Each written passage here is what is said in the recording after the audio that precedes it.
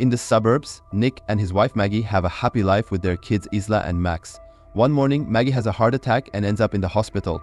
She's been there for a few days now waiting for a heart transplant. Having to work and take care of the kids is making Nick's life difficult.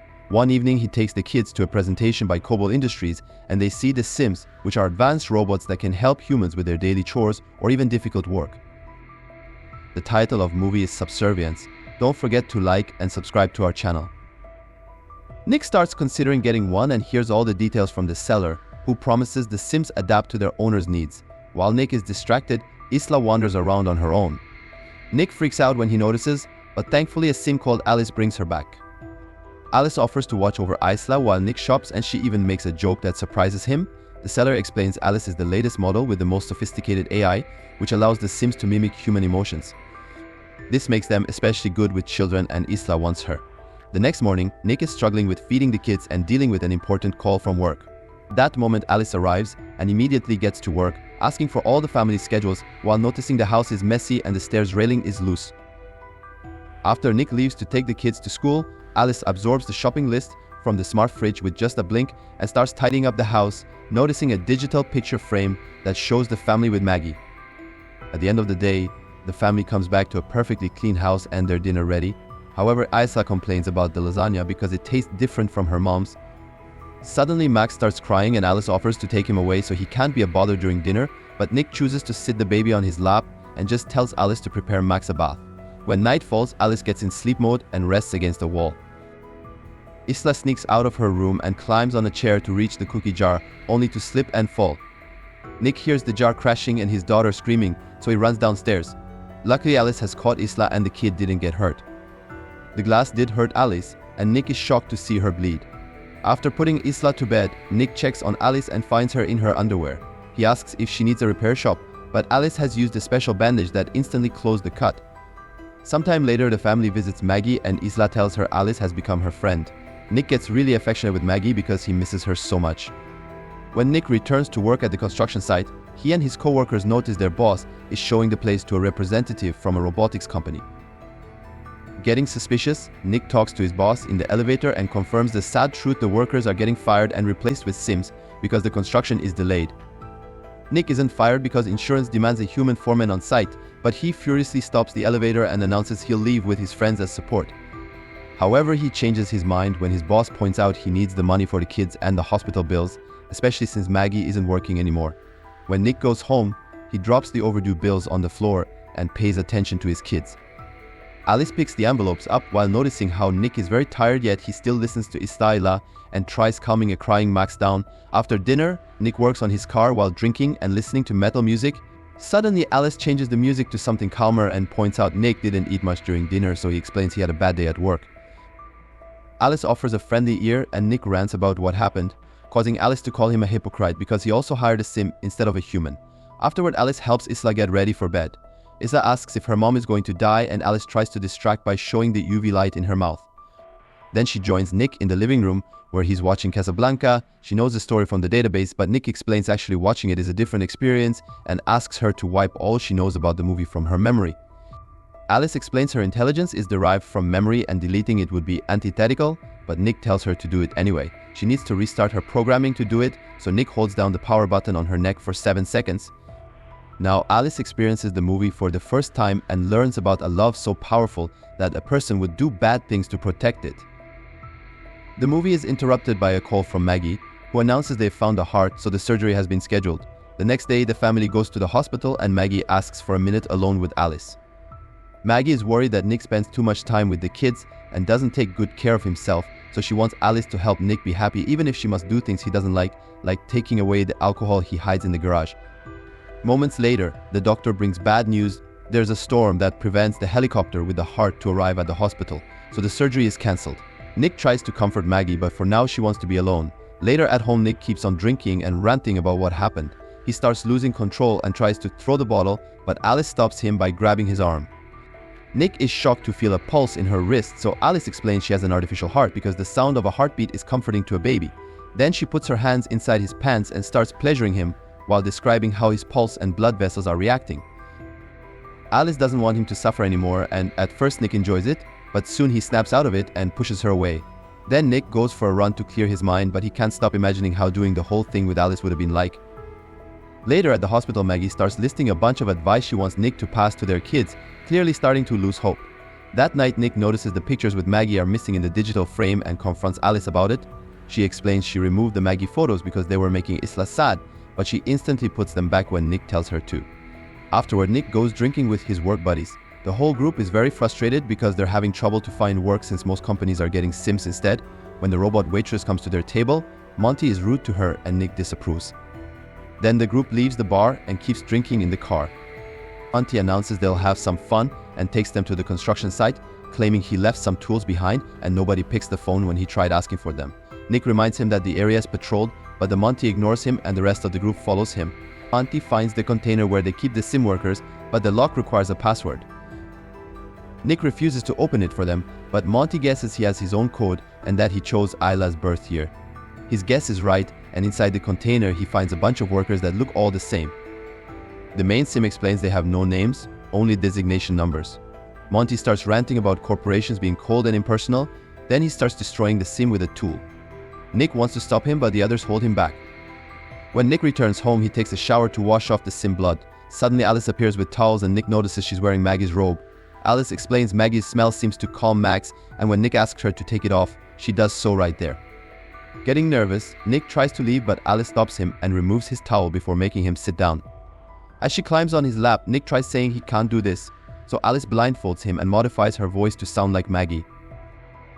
Now Nick can lose himself in the illusion and pretend he's doing his wife. The next morning, Nick wakes up with regret and tells Alice they can't do it again. She tries saying that his stress was reduced, but Nick scolds her, explaining it's not about needs but about connection and love. When Nick gets to work, his boss is already talking to the police because all the Sims were destroyed. Nick is suspected because his code was used, so he tells them he was in the hospital with Maggie and that his code was Isla's birthday, so any friend could have guessed it.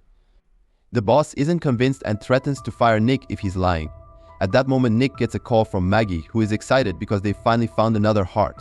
Soon she's sent to the operating room where all the surgeons are Sims. Fortunately, the transplant is a success, and in just a few days, Maggie is sent home. Her body is still weak, and she has trouble bending over to pick up Max, so Alice cuts in to grab him instead. Later, Alice takes Max to the park and sees a spoiled kid yelling at his Sim nanny, which makes Max cry. Alice scolds the child with rude words, and all the Sims in the area can't believe it, thinking her owner lowered her civility too much. However, Alice clarifies she actually wiped civility from her database thanks to Nick's reset and claims this is better. That night, Isla is happy to eat Maggie's lasagna, and Alice asks for the recipe, but Maggie says it's a family secret. Maggie isn't feeling well, and instead of eating, she decides to rest.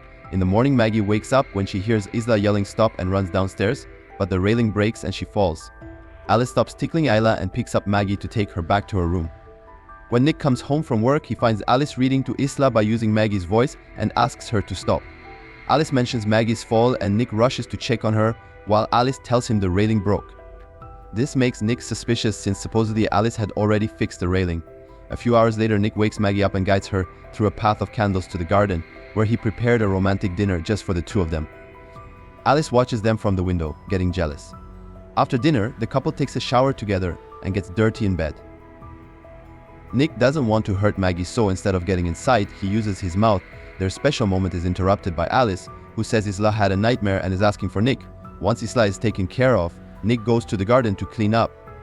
At that moment, Monty appears with a few drinks and apologizes for the other night before sharing that his wife left him.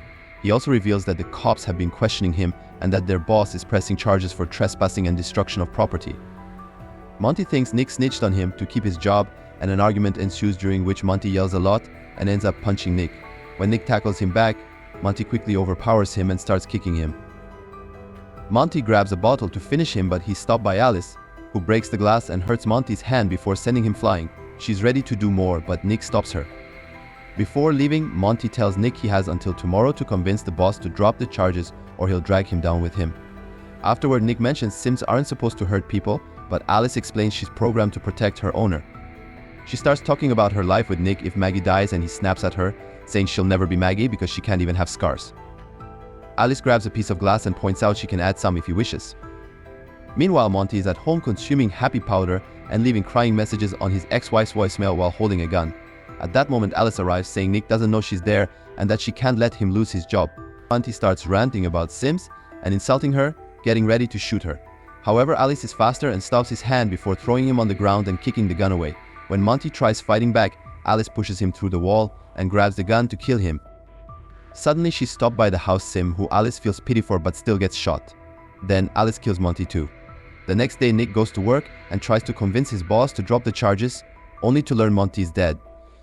At home, Maggie gets dizzy when she tries picking up a book, and Alice does it for her. Maggie wants to take a bath in peace, but Alice refuses to leave because she's worried Maggie may drown. She explains Maggie is putting stress on the whole family, especially since she can't meet Nick's physical needs. When Maggie asks how she knows that, Alice tells her she knows what Nick's vitals are like when he's satisfied, and her sensors haven't picked it up since Maggie returned. Furious, Maggie sends Alice to stay in the garage. Moments later, Nick comes home and Maggie is waiting for him to force him to say the truth. Nick admits he did it with Alice once, and an argument ensues with lots of yelling, which Alice overhears by touching the window. Max starts crying and Alice goes to check on him, deciding he's a burden. She puts him in the tub and starts filling it with water, which is seen by Isla. The girl warns her parents and they rush to the bathroom, but Alice is holding the door closed. While Nick starts hitting the door with the lamp, Maggie climbs out the window and walks on the roof to reach the bathroom. She tries grabbing the baby, but Alice pushes her against the wall. At that moment, Nick finally breaks in and takes Max out of the tub, passing him to Isla before hitting Alice with the lamp to free his wife. Soon Alice stands up again with heavy damage on her face and blocks the lamp when Nick tries hitting her again. Maggie tells Nick to let go and plugs the lamp, causing Alice to be electrocuted. She passes out and the house loses power. Afterward, an ambulance comes to take Max to the hospital, while a company technician asks about any signs of Alice malfunctioning before. Nick apologizes to Maggie, who explains she needs some space and leaves with the kids. Meanwhile, Alice is taken to the repair shop, where a technician is opening her head. The other worker notices Alice's hand moving, but it stops when her memory is removed. They connect it to the computer and notice the code has gaps everywhere. Suddenly, the screen starts flashing and a message appears saying an upload is happening, meaning Alice is taking over. The technicians pull the memory, but Alice is already in the system, so next they unplug the computers. However, another message appears asking how do you run from what's in your head, and suddenly one of the technicians is killed by Alice too, a sim that the original Alice has dumped her memory into. Then Alice too ignores the other technician's commands and repeatedly mashes her head on the floor before turning to original Alice. Meanwhile, Nick is at the bar drinking and sends the waiter away because he's a sim. Suddenly, Alice arrives, speaking badly because her face is still damaged. She explains her duty is to make Nick happy and admits she killed Monty before saying she's at the hospital too. Nick tries to leave, but Alice holds him down and hacks the barman with a look to freeze him. As he rants on the mistakes he's made, Nick pretends to gently touch Alice's head only to pull out her memory. After she shuts down, he runs away. At the hospital, a doctor confirms Max is fine, but Maggie is uncomfortable because he's a sim. Later, Isla hears her mother's voice and follows it while the lights change colors. The doctor is frozen and there are broken bottles on the floor, but before Isla can follow the voice again, she's dragged away by Maggie to hide. It turns out the voice is Alice too, who tries accessing the computer and is seen by a nurse. Alice too grabs her by the neck to choke her to death and steal her keycard while Maggie and Isla sneak away. Then Alice too uses the keycard to find Max's room in the system. Suddenly Maggie accidentally steps on some glass, but she manages not to scream. Then Maggie and Isla reach Max and take him away right before Alice too enters the room.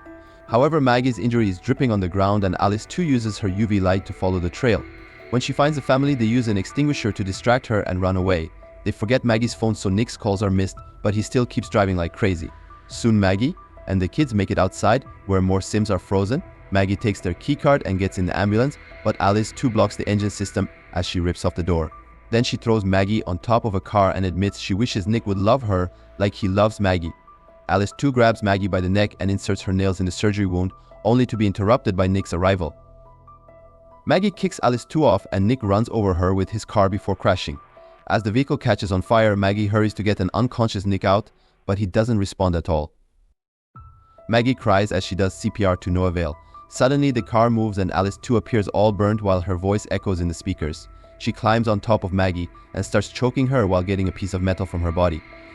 When she's about to stab, Nick hits Alice with a car bumper. Alice drops the metal piece to stop him and Maggie grabs it to stab her in the face, finally shutting her down.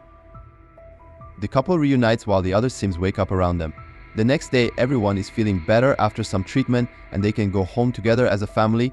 Meanwhile, the Sim company is investigating the repair shop, and when they turn on the power, they find a broken code on the screens. The inspector wants to destroy it all, But at that moment, his sim assistants freeze and the computer announces an upload while another Alice model opens her eyes. Thanks for watching. I hope you enjoyed. Don't forget to like and subscribe to our channel, and hope to see you very soon.